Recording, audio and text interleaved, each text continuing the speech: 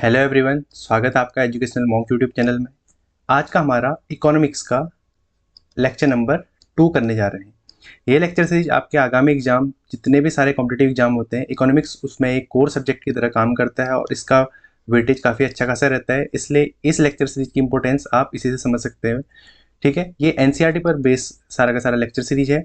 इसमें हम question answer की हेल्प से इकोनॉमिक्स के कॉन्सेप्ट को समझते हैं। इसमें हम इजी टू हार्ड लेवल तक जाएंगे, जिससे आपके इकोनॉमी के क्वेश्चन तो बनेंगे, साथ को आपको कॉन्फिडेंस भी फील होगा और एक आपको एज भी मिलेगा। इन लेक्चर सीरीज को करने के बाद आपको इकोनॉमिक्स बहुत इजी लगने वाली है। हम लेमन लैंग्वेज में, सिंपल लैंग्वेज में समझने की कोशिश करेंगे। तो लेक्चर की शुरुआत करते हैं आज के पहले क्वेश्चन से। तो आज का पहला क्वेश्चन है, औपनिवेशिक शासन के अंतर्गत आधारिक संरचना, आधारिक संरचना यानी कि इंफ्रास्ट्रक्चर की बात हो रही है, निम्नलिखित में से कौन से घटक शामिल थे। क्या होता है इकोनॉमिक्स में, आपको कुछ वर्ड क्या होते हैं हिंदी में समझ में आते हैं, कुछ इंग्लिश में समझ में आते हैं, इसलिए बोथ में हम समझेंगे ताकि आपको क्लियर हो जाए टॉपिक्स। तो औपनिवेशिक शासन यानी कि ब्रिटिश शासन के अंतर्गत आधारिक संरचना में निम्न में से कौन से घटक शामिल थे। तो इस क्वेश्चन का आंसर आप ऑप्शन एलिमिनेशन करके दे सकते हैं। कैसे दे सकते हैं? देखो, अंग्रेजों ने क्या करा, इंडिया को लूटने का काम करा बेसिकली। कुछ अच्छे काम भी करे लेकिन बेसिकली लूटा ही है। मोर ओवर इंडिया का अगर इंडिपेंडेंस के टाइम देखें तो इंडिया की जो इकोनॉमी है काफ़ी बर्बाद करके चले गए थे। तो इसमें अगर एलिमिनेट करें तो अगर ऑप्शंस को देखें तो देखो, इसमें एक स्वास्थ्य सेवाएं दिख रही है। स्वास्थ्य सेवाओं पर ध्यान दिया होगा। शिक्षा प्रसार, चलो शिक्षा का प्रसार मैकाले और वो डिस्पैच हमने पढ़ा है, थोड़ा बहुत कर रहे हैं। संस्कृति का प्रसार किया होगा, नहीं किया होगा। स्वास्थ्य सेवाएं नहीं, तो ये ऑप्शन तो सीधे सीधे हट गया। अच्छा, संचार में हाँ, रेल संचार ये सब चीज़ें तो करी हैं। ऑप्शन नंबर बी में अगर देखें तो विनिर्माण, मैन्युफैक्चरिंग को ऑब्वियस सी बात है, यहाँ से तो रॉ मटेरियल ले जाते थे, मैन्युफैक्चरिंग का तो मतलब ही नहीं रहेगा, तो इसको भी एलिमिनेट कर सकते हैं। और पहले में देखते हैं, अगर इसमें भी अगर प्लॉजिबल कुछ हटा सकते हैं तो हमारा option number D right answer हो जाएगा। तो ऑप्शन नंबर ए देखते हैं। रेल, रेल पे काम किया था पत्तन, यानी कि पोर्ट्स बनाए थे। अपना माल ले जाने के लिए उन्होंने पोर्ट्स को डेवलप किया था। वाटर ट्रांसपोर्ट वहीं से होता था, इसको डेवलप किया था। डाक तार, हाँ डाक तार की इन्होंने शुरुआत करी थी। पोस्टल टेलीग्राफ, क्योंकि उन्हें क्या करता था, एक जगह से दूसरी जगह इन्फॉर्मेशन पहुंचानी होती थी और अपने एडमिनिस्ट्रेशन को कंट्रोल करना होता था। तो ऑप्शन नंबर ए इसका राइट आंसर हो जाएगा। तो इस तरीके से हम इस क्वेश्चन का आंसर कर सकते हैं। अगला क्वेश्चन देखते हैं। निम्नलिखित में से कौन सा मानव पूंजी, मानव पूंजी यानी कि ह्यूमन कैपिटल की बात हो रही है, में निवेश का सबसे उपयुक्त उदाहरण कौन सा है। अब इसके ऑप्शंस को समझते हैं। मानव पूंजी, ह्यूमन कैपिटल क्या होती है? ह्यूमन एज अ रिसोर्स की तरह काम कर रहा है। एज अ रिसोर्स यानी कि एज अ संसाधन की तरह काम कर रहे हैं। मानव पूंजी, अगर किसी देश में मानव पूंजी अच्छी खासी है तो उस देश का डेवलपमेंट होना निश्चित है। तो इसको समझते हैं। तो सबसे पहला ऑप्शन है मानव संसाधनों का अभियंता, यानी कि इंजीनियर और डॉक्टर के रूप में परिवर्तित होना। ऑब्वियस सी बात है, अगर कोई डॉक्टर इंजीनियर बनता है, आप ही में से कोई आपके साथ ही डॉक्टर इंजीनियर हैं, तो आप क्या कर रहे हो? अगर आप कहीं जॉब कर रहे हो, ऑब्वियस सी बात है डॉक्टर इंजीनियर बनने के बाद जॉब लगने के चांसेस बढ़ जाते हैं। भले ही आजकल थोड़ा सा जॉब का क्राइसिस रहता है, लेकिन जॉब जो डिग्री वाले होते हैं उनके लिए अच्छी खासी मिल जाती है अभियंता और डॉक्टर के रूप में। तो आप क्या कर रहे हैं, इकोनॉमी में आप कुछ सैलरी लेंगे, तो आप कुछ खर्चा भी करेंगे। ऑब्वियस सी बात है, आपकी फैमिली होगी, आप कुछ खर्चा करेंगे। मार्केट में जाके आप एक्सपेंस करेंगे, तो मार्केट के से कुछ सामान लिया आपने, तो क्या होगा, पूरा का पूरा इकोनॉमिक सर्कल इस तरीके से चलता है। तो अभियंता डॉक्टर बनने में सही है, हाँ ये तो सही लग रहा है। अगला देखते हैं, मानव पूंजी का भौतिक पूंजी में परिवर्तित होना, यानी कि ह्यूमन कैपिटल का भौतिक पूंजी में, यानी कि आप कुछ कमा रहे थे, उसके थ्रू आपको पैसा मिला, ये हाँ ठीक है, उसको आपने पैसे में कन्वर्ट कर लिया या आपकी कुछ वैल्यू है उस सेंस में, ठीक है, बट इससे बेटर ऑप्शन नंबर ए लग रहा है। तीसरा, गरीब का अमीर में परिवर्तित होना, जरूरी नहीं है कि गरीब का अमीर में परिवर्तित हो जाता है। तो मानव पूंजी, बेसिकली मानव पूंजी में क्या होगा, वो सोसाइटी के लिए भी तो अच्छा होना चाहिए। मानव पूंजी में एक ये भी तो चीज़ें देखी जाती हैं कि वो अगर क्या है, गरीब का अमीर में परिवर्तित हो, लेकिन सोसाइटी के लिए अच्छा नहीं है, वो अमीर अच्छा नहीं है, वो शोषण कर रहा है, दूसरों का शोषण कर रहा है, खुद अमीर बन गया, तो ये भी सही नहीं है। ह्यूमन कैपिटल में ये भी देखा जाता है। निजी से सार्वजनिक में परिवर्तित होना, यानी कि प्राइवेट से पब्लिक हो जाना, गवर्नमेंट के अंदर आ जाना, ये भी कुछ जम नहीं रहा है, मतलब सही नहीं लग रहा है। तो इसका राइट आंसर क्या होगा? ऑप्शन नंबर ए इसका सबसे राइट आंसर है। यानी कि अगर कोई अच्छी खासी जॉब लेता है, यानी कि इंजीनियर और डॉक्टर बनता है, तो उसकी प्रतिष्ठा भी रहती है, वो एक अच्छी मानव पूंजी के रूप में कार्य करता है और मार्केट की इकोनॉमी को वो पॉजिटिव योगदान देता है। ठीक है, अगला क्वेश्चन देखते हैं। आपूर्ति वक्र यानी कि सप्लाई कर्व की अनुपस्थिति की अब्सेंस में किसकी विशेषता है? The absence of supply curve is characteristics of which of the following. तो पहले तो आपको पता होना चाहिए सप्लाई कर्व होता है क्या। सप्लाई कर्व, डिमांड कर्व थोड़ा समझते हैं, फिर इस क्वेश्चन पे आते हैं। तो यहाँ पे मैंने ये सप्लाई कर्व का डायग्राम है और ये डिमांड कर्व का ग्राफ है। तो सप्लाई कर्व क्या होते हैं, थोड़ा सा लेमन लैंग्वेज में समझने की कोशिश करते हैं। जैसे फॉर एग्जांपल अभी क्या चल रहा है, ईरान यूएसए वॉर चल रही है, तो अभी क्या हो रहे हैं, आपने न्यूज़ में देखा होगा, ऑयल और गैस के प्राइसेज बढ़ रहे हैं। ठीक है, अब देखो, अब इसमें होता क्या है, सप्लाई कर्व में समझते हैं। अगर फॉर एग्जांपल ऑयल और गैस की कीमतें क्या थी, कम थी, कम थी, तो उस कंडीशन में क्या था, ड्रिलिंग भी कम हो रही थी। एक समझने के लिए देख लेते हैं, एक जैसे ऑयल प्राइसेस कम थे तो उस टाइम ड्रिलिंग कम हो रही थी, कम से काम चल जा रहा था। तो देखो यहाँ पे क्या था, प्राइस कम है, $1 है, तो ड्रिलिंग कम हो रही है, एक ही बंदा ड्रिलिंग कर रहा है। फॉर एग्जांपल जैसे ईरान से, या सारा ऑयल ईरान से आता है, आता नहीं है, बट वैसे एक हाइपोथेटिकल एजम्पन ले लेते हैं कि सारा ऑयल इंडिया ईरान से ही लेता है, या ऐसे समझ लो स्टेट ऑफ हरमुज से तो आता ही है, 60% ऑयल तो आता ही है, 60% आपका गैस गैस बेसिकली, और आपका 50% पेट्रोलियम प्रोडक्ट कहाँ से आते हैं, स्टेट ऑफ हरमुज से आते हैं, हरमुज जलडमरू मध्य से आते हैं। तो समझ लो अभी क्या है, आपके सप्लायर कम है, यानी कि मांग कम है, पैसा कम है, तो कम प्रॉफिट हो रहा है, तो कम ही लोग उस पर जुड़े हुए हैं।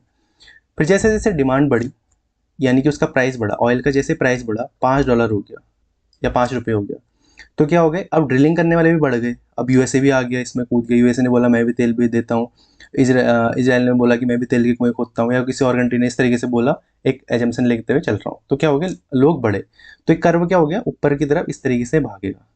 ठीक है, तो ये क्या होता है, सप्लाई कर्व हमेशा कैसा होता है, पॉजिटिव कर्व होता है, यानी कि धनात्मक कर्व होता है। यानी कि अगर किसी चीज़ की कीमत कम है, प्राइस कम है, प्राइस कम है, तो उसको, उसका मतलब एक तरीके से बोल सकते हैं कि उत्पादन करने वाले भी कम होंगे। अगर जैसे उसका प्राइस बढ़ी, यानी कि सप्लाई की डिमांड, मतलब क्या है, मार्केट में हमें ज़्यादा सप्लाई करना पड़ रहा है, तो ड्रिलिंग करने वाले बढ़ गए, या उसका उत्पादन करने वाले बढ़ गए। ऑयल एंड नेचुरल गैस के रिस्पेक्ट में ड्रिलिंग करनी, अब ईरान ज़्यादा ड्रिलिंग करेगा तभी जाके प्राइस डाउन आ सकते हैं। ठीक है, तो इस केस में क्या होता है, पॉजिटिव वक्र होता है, आपूर्ति इस यानी कि सप्लाई कर। अब देखो, इसमें मैंने ये समझाया था कि अगर कीमत कम है तो क्या होगा, एक ही है, अगर और कम चलेगी फिर क्या हो जाएगा, और कम लोग हो जाएंगे। जैसे फॉर एग्जांपल $1 में 10 लोग, 10 लोग क्या कर रहे हैं, उत्पादन कर रहे हैं, ये पहुंच गया $0.5, 0.5 पहुंच गया, तो और कम हो जाएंगे, 5 लोग हो जाएंगे, फिर और कम हो गया, 0.01 हो गया, बहुत कम हो गया, तो और कम हो जाएंगे, एक ही आदमी कर रहा है, फिर धीरे धीरे क्या हो जाएगा, जीरो। जैसे ही ये इसकी सप्लाई खत्म की तरफ से आ जाएगी, तो यहाँ क्या हो जाएगा, एक ही बचेगा, कोई एक बचेगा, कोई एक कर रहा है, बस हो गया, ज़्यादा लोगों को लग नहीं रहा है कि इसमें प्रॉफिट होता है, तो सिर्फ एक बचेगा। अब इस क्वेश्चन का आंसर देखते हैं, सप्लाई कर्व की अनुपस्थिति में, यानी कि सप्लाई कर्व खत्म हो गया, यानी कि सप्लाई हो ही नहीं रही, बिल्कुल कम हो रही है, तो उस केस में क्या हो जाती है, मोनोपोली, यानी कि एकाधिकार, एक ही आदमी बचा है ना, लास्ट में एक ही आदमी है, वो कर ले रहा है, उसी से सारा का सारा आपका चल जा रहा है काम। ठीक है, क्योंकि डिमांड ही नहीं है ज़्यादा, या उसकी सप्लाई नहीं हो पा रही ज़्यादा। ठीक है, इस तरीके से सप्लाई कर्व की अनुपस्थिति में मोनोपोली होता है। अब दूसरा देख लेते हैं, मांग वक्र। मांग वक्र को समझते हैं आपके कपड़े की दुकान की एग्जांपल से समझते हैं। लेट अस सपोज एक कपड़े की दुकान है आपके मोहल्ले में, या आपकी सिटी में, या आपकी मार्केट में, जैसे भी समझते हैं। कपड़े की दुकान में जैसे कपड़ों का प्राइस है, फॉर एग्जांपल ₹1000 के कपड़े मिलते हैं यहाँ पे, ₹1000 की कोई जीन्स मिलती है। ठीक हो गया, फिर इसने क्या करा, इस जीन्स वाले ने बोला कि मैं डिस्काउंट देता हूँ 50%, एक ऑफर लगा दिया इसने। जैसे इसने डिस्काउंट करा, पहले क्या था, ₹1000 की जीन्स लेने के लिए लेट अस सपोज 5 लोग आते थे, तो अब क्या हो गया, इसने डिस्काउंट जैसे लगाया, 5 की जगह क्या हो जाएंगे, 20 लोग आना शुरू हो जाएंगे, यानी कि 500 मिल रही, तो लोग बढ़ गए। इसने और डिस्काउंट बढ़ा दिया, इसने 80% डिस्काउंट कर दिया, यानी कि ₹200 में जीन्स मिलती है, सीधे यहाँ 100 लोग हो जाएंगे। तो देखो क्या क्या हो रहा है, क्वांटिटी जो है इस तरफ क्या हो रही है, पहले क्या थी, 5 थी, फिर 20 हुई, बढ़ी, फिर 100 हुई, बढ़ी, यानी कि इस तरफ क्या होगा, इस तरफ को ऐसे बढ़ते रहेगा। और प्राइस क्या हो रहा है, प्राइस कम हो रहा है। तो अगर कर्व को देखेंगे तो कैसे आएगा, पहले प्राइस यहाँ था, यानी कि 1000 था, फिर 500 हुआ, फिर और कम हो गया, फिर 200 हो गया, तो प्राइस क्या होगा, नीचे को आएगा। तो एक कर्व किस तरीके से बनता है, इस तरीके से आता है, जो आपको ये दिख रहा है। ठीक है, ये क्या होता है, निगेटिव स्लोपिंग कर्व होता है, मांग वक्र, यानी कि ऋणात्मक, इसका क्या होता है, ढाल होती है, ऋणात्मक ढाल होती है, और सप्लाई कर्व में धनात्मक ढाल होती है। ये भी आपको पता होना चाहिए, डिमांड कर्व और सप्लाई कर्व। ठीक है, इस तरीके से हमने ये समझा, डिमांड कर्व और सप्लाई कर्व। नेक्स्ट क्वेश्चन देखते हैं, भारत में अधिकांश श्रमिकों का रोजगार निम्न में से किस क्षेत्र के अंतर्गत आता है। ऑब्वियस सी बात है, इंडिया में अभी भी ज़्यादातर लोग किस पे लगे हुए हैं, कृषि कार्य पे लगे हुए हैं। यहीं तो सबसे ज़्यादा हमें अनएम्प्लॉयमेंट मिलता है, डिसगाइज्ड, यानी कि प्रच्छन्न जो बेरोजगारी होती है यहीं मिलती है, अदृश्य बेरोजगारी भी बोला जाता है। तो अधिकांश श्रमिक कहाँ लगे हुए हैं, कृषि। कृषि कहाँ आता है, एकल क्षेत्र में। नहीं, प्राथमिक क्षेत्र में, ध्यान देना। एकल क्षेत्र कुछ नहीं है, प्राथमिक क्षेत्र होता है, ठीक है, ध्यान देना। कभी कभी एग्जाम में क्या होता है, प्राथमिक आपने एकल देखा फटाफट से, नहीं, प्राथमिक क्षेत्र यानी कि प्राइमरी सेक्टर, प्राइमरी सेक्टर, ठीक है, प्राइमरी सेक्टर यानी कि प्राथमिक क्षेत्र का कौन होता है, कृषि होता है। अगला क्वेश्चन देखते हैं, निम्नलिखित में से, अच्छा इसको एक और तरीके से समझ सकते हैं पिछले क्वेश्चन में ही।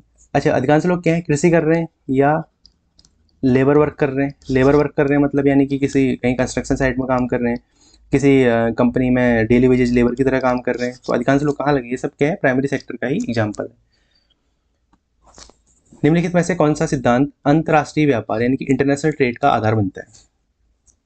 अब देखते हैं यहाँ पे क्या ऑप्शन दे रखे हैं, एब्सोल्यूट कॉस्ट डिफरेंस, निरपेक्ष लागत अंतर, तुलनात्मक लागत अंतर, अवसर लागत, ये क्या होती है इसको समझते हैं। निरपेक्ष लागत अंतर, दो देश ले लेते हैं ए और बी, ठीक है, फटाफट समझते हैं। निरपेक्ष लागत अंतर यानी कि फॉर एग्जांपल जैसे इंडिया में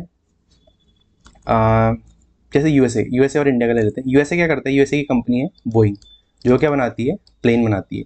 इंडिया में कोई कंपनी है प्लेन बनाने वाली, नहीं है, जो कमर्शियल प्लेन बनाती है उसकी बात कर रहा हूँ, नहीं है। या ऐसे राफेल ले लो, राफेल कहाँ से लिया हमने, फ्रांस से लिया है, मतलब जो हमारे के डिफेंस के इक्विपमेंट आते हैं, जो अच्छे खासे प्लेन आते हैं वो बाहर से आते हैं।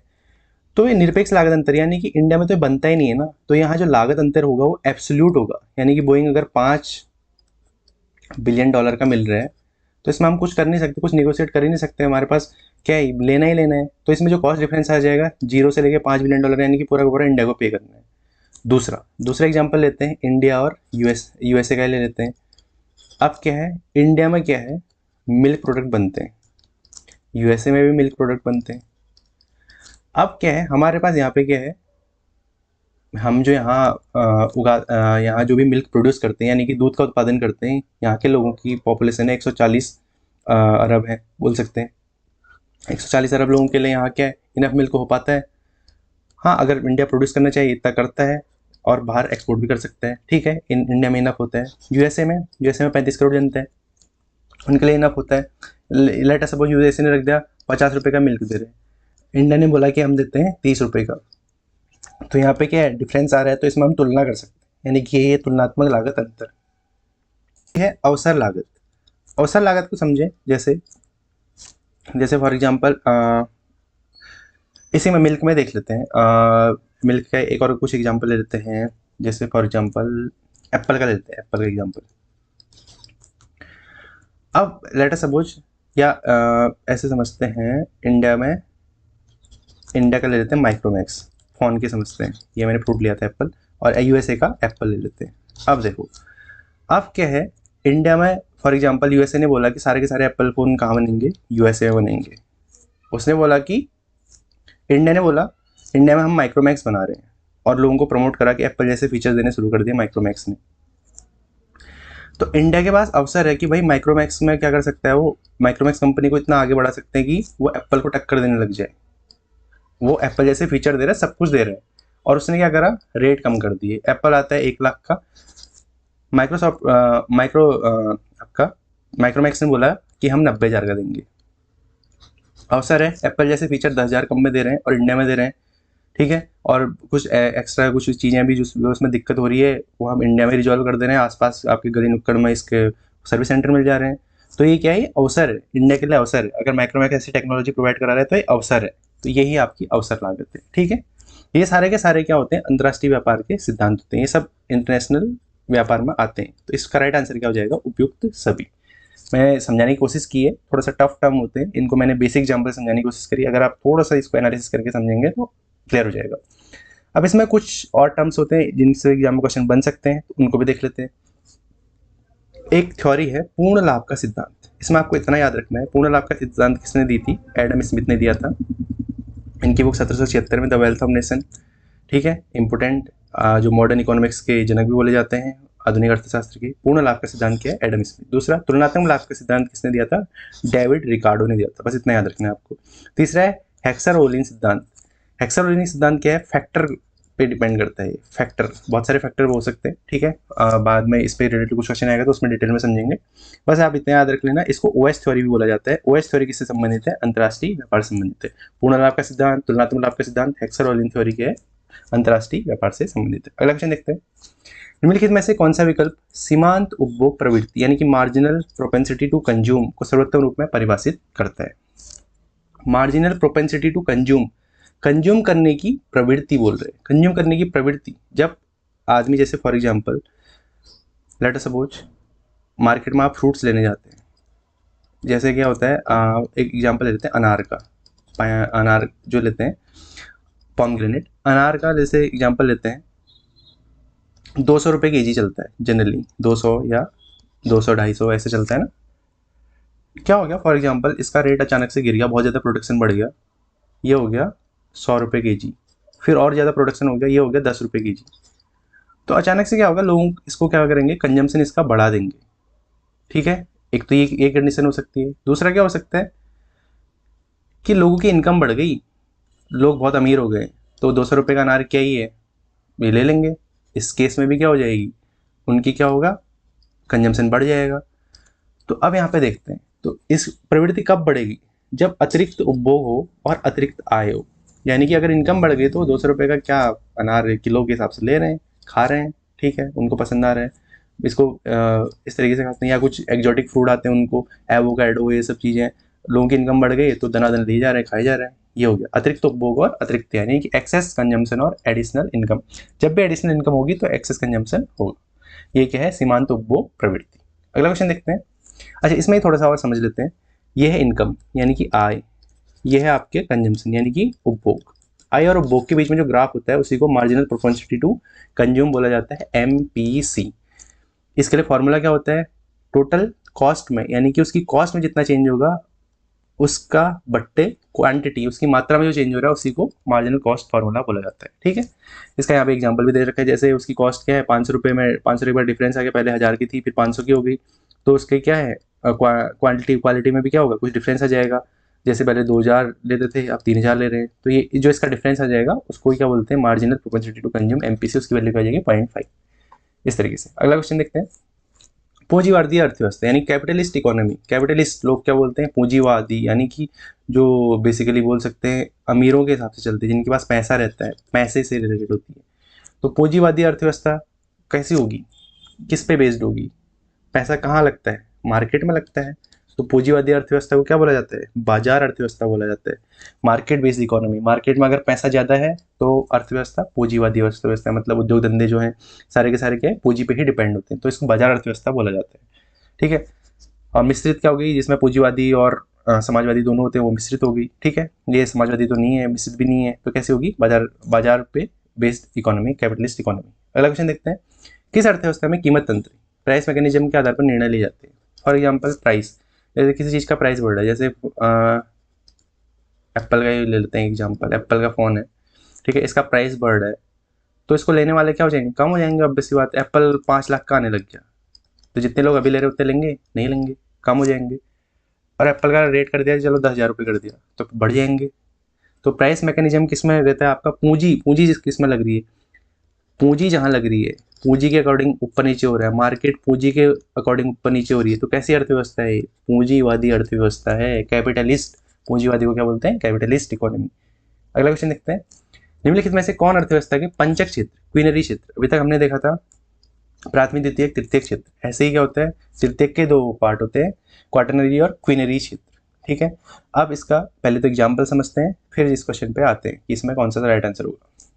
तो 5 सेक्टर ऑफ इकोनॉमी है, वैसे तो 3 ही होते हैं, प्राथमिक, द्वितीयक और तृतीयक, प्राइमरी, सेकेंडरी और टर्सरी। टर्सरी के 2 पार्ट होते हैं, क्वाटरनरी और क्वीनरी। प्राइमरी में क्या आता है, माइनिंग हो गया, खदान करना, एग्रीकल्चर कृषि हो गया, फिशिंग यानी कि मछली पालन और ये सब चीज़ें। दूसरे में क्या आता है, विनिर्माण। विनिर्माण जहाँ जाएगा सेकेंडरी सेक्टर हो जाएगा, और ये दे रखे हैं आपको, मैन्युफैक्चरिंग, फूड प्रोसेसिंग। तीसरे में आ जाएगा हॉस्पिटलिटी यानी कि सेवा देना, जैसे बैंकिंग हो गई, या जो मैं आपको पढ़ा रहा हूँ, ये सब का आगे तृतीयक में आ गया, एजुकेशन। इसी में कुछ अच्छे लेवल पे चले गए, जैसे मीडिया, कुछ फाइनेंशियल सेक्टर पे चले गए, कुछ RBI में जो काम कर रहे हैं वो क्वीनरी टाइप के हो गए, और एजुकेशन में भी कुछ बड़े बड़े इंस्टीट्यूशन में काम कर रहे हैं, IIT में, तो वो थोड़ा सा और अच्छे लेवल पे चले गए इसी में। और रियल इस्टेट में कोई बड़ा बिल्डर, वो क्या है, थोड़ा और अच्छे लेवल पे चले गया, पैसे ज़्यादा मैसी वाला है। ऐसे आता है क्वीनरी। क्वीनरी क्या होता है, top level management. Modi ji के अंडर जो काम करते हैं, जो टॉप सेक्रेटरी हैं, वो क्या आते हैं, क्वीनरी सेक्टर में आते हैं। जैसे नर्सिंग में कोई बहुत बड़ा कोई हॉस्पिटल है, ठीक है, ऐसे ही जो गवर्नमेंट डिपार्टमेंट है ये सारे क्या आते हैं, क्वीनरी सेक्टर में आते हैं। तो इस क्वेश्चन का राइट आंसर क्या हो जाएगा, तो कौन से हो जाएंगे इसमें, देखो केंद्रीय मंत्रालय में कैबिनेट मंत्री की सेवाएं देना, बिल्कुल ये क्या है, क्वीनरी सेक्टर का। हाँ, दूसरा देखो सैटेलाइट डिजाइन कर रही वैज्ञानिक और अभियंता की टीम में काम करना, ये भी क्वीनरी में हो सकता है, लेकिन इसका ज़्यादा राइट आंसर कौन सा हो जाएगा, ये हो जाएगा, क्योंकि वैज्ञानिक को टीम में शामिल कर रहे हैं तो बेसिकली है क्वार्टरनरी का काम है ये भी सेवाएं दे रहे हैं ना एक तरीके से। ये क्या है, सीधे पॉलिसी बना रहे हैं, क्वीनरी वाले सीधे पॉलिसी मेकर होते हैं टॉप लेवल पे, किसी कंपनी का डायरेक्टर, डीजी, डायरेक्टर जनरल, ठीक है, जैसे आईटीबीपी का डीजी बोल लो, बीएसएफ का डीजी बोल लो, ठीक है, ये सब लोग इस तरीके से जो टॉप लेवल ब्यूरोक्रेट्स होते हैं उनके बारे में बात होती है, ठीक है। अगला क्वेश्चन देखते हैं, उपभोक्ता व्यवहार का अध्ययन किया जाता है, यानी कि कंज्यूमर बिहेवियर का अध्ययन किया जाता है कौन से अर्थशास्त्र में, सूक्ष्म आय समष्टि, किसमें, उपभोक्ता व्यवहार, उपभोक्ता क्या है, इंडिविजुअल पर्सन, इंडिविजुअल पर्सन यानी कि व्यक्ति, व्यक्ति यानी कि व्यष्टि, व्यष्टि यानी कि सूक्ष्म अर्थशास्त्र, ठीक है, ध्यान रखिएगा, व्यष्टि अर्थशास्त्र, सूक्ष्म अर्थशास्त्र यानी कि माइक्रो इकोनॉमिक्स। माइक्रो इकोनॉमिक्स का जनक किसको बोला जाता है, अल्फ्रेड मार्शल को, और मैक्रो इकोनॉमिक्स का किसको बोला जाता है, जॉन मेनार्ड कीन्स को, ठीक है, याद रखिएगा। इस तरीके से हमने आज के क्वेश्चन करे, बाकी देखते हैं नेक्स्ट लेक्चर में। Thank you.